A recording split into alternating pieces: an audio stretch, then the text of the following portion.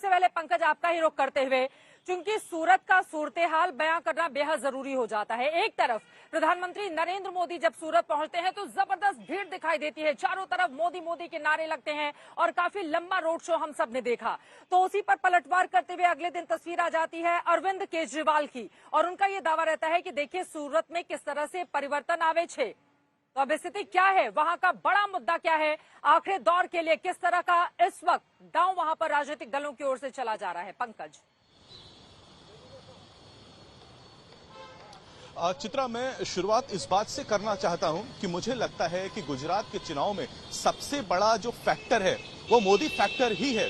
अब हालांकि भारतीय जनता पार्टी ने गुजरात के अलग अलग इलाकों में, सूरत में भी अपनी पूरी स्टार पावर जो है वो पूरा लगा दिया, पूरा दमखम लगा दिया, लेकिन ग्राउंड जीरो पर यही महसूस होता है कि भाजपा यही चाहती है, यही उम्मीद करती है कि मोदी मैजिक एक बार फिर से काम कर जाए। अब उसका कारण ये भी है कि यहां पर इमोशनल अटैचमेंट है प्रधानमंत्री नरेंद्र मोदी का तमाम लोगों के साथ। सूरत जो कि डायमंड सिटी कही जाती है और यहां पर काफी जो इन्फ्लुएंस है वो डायमंड ट्रेडर्स का है, टेक्सटाइल मर्चेंट्स का है। उनके बीच में भी जब मैं गया और बातचीत उनसे करने की कोशिश करी तो उन्होंने अपनी परेशानियां तो गिनाई। उन्होंने जरूर कहा कि पिछले कुछ महीनों में, सालों में उन्हें परेशानियों का सामना जरूर करना पड़ा, लेकिन वो ये भी कहते हैं जब विश्वास की बात आती है, जब वोट देने की बात आती है तो फिर वो प्रधानमंत्री नरेंद्र मोदी पर ही विश्वास रखते हैं, क्योंकि सालों सालों का उन पे भरोसा है। साथ ही साथ अब देखिए अमित शाह ने क्या कहा। अमित शाह ने कह दिया है कि न सिर्फ इस बार चुनाव जीतने हैं, भाजपा को जिताना है, बल्कि 2024 में एक बार फिर से नरेंद्र मोदी को प्रधानमंत्री बनाना है। यानी भारतीय जनता पार्टी गुजरात के साथ साथ एक बड़ी पिक्चर जो देख रही है वो भी उसने साफ कर दी है।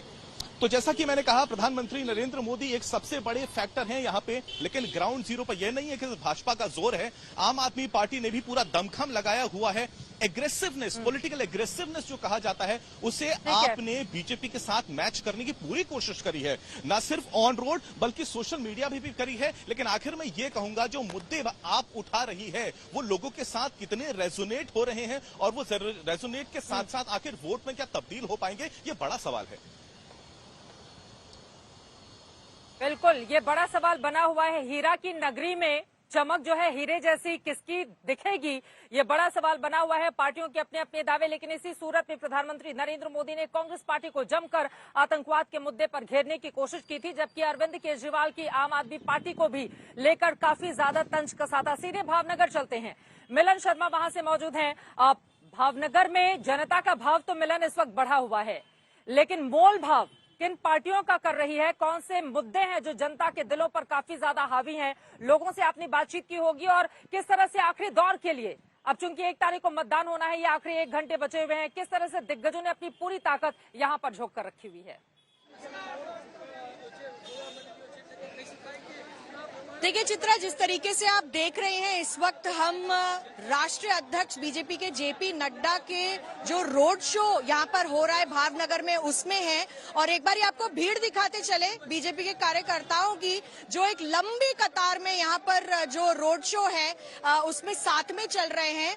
आखिरी दिन है कैंपेनिंग का और भारतीय जनता पार्टी अपनी तरफ से पूरी ताकत इस कैंपेन में झोंकती हुई यहाँ पर, क्योंकि राष्ट्रीय अध्यक्ष यहाँ के भारतीय जनता पार्टी के जेपी नड्डा हमारे साथ हैं और हम इस वक्त उन्हीं का रोड शो कवर कर रहे हैं। बात करने की उनसे कोशिश भी करेंगे ताकि हम लाइव आज तक पर बात कर पाए नड्डा जी से, जो इस वक्त रोड शो में हैं। आगे आप देख सकते हैं कि वो खड़े हैं, यहाँ के जो प्रत्याशी हैं जीतू भाई, उनके साथ यहाँ पर लोगों से बात कर रहे हैं, लोगों से बीजेपी के लिए वोट मांगने की यहाँ पर जो पूरा रोड शो आप देख रहे हैं, आगे तक भीड़ जहाँ पर आपको दिखाई दे रही है। तो भावनगर का भाव इस वक्त मुझे भगवा रंग में रंगता हुआ दिख रहा है चित्रा, क्योंकि लगातार यहाँ पर जो कैंडिडेट रहे हैं बीजेपी के, उन्होंने लोगों के लिए काम किया है, जनता के जितने मुद्दे हैं उसमें काफी सक्रिय रहे हैं। और इसीलिए भावनगर की जो 3 सीटें मैं बताऊं आपको,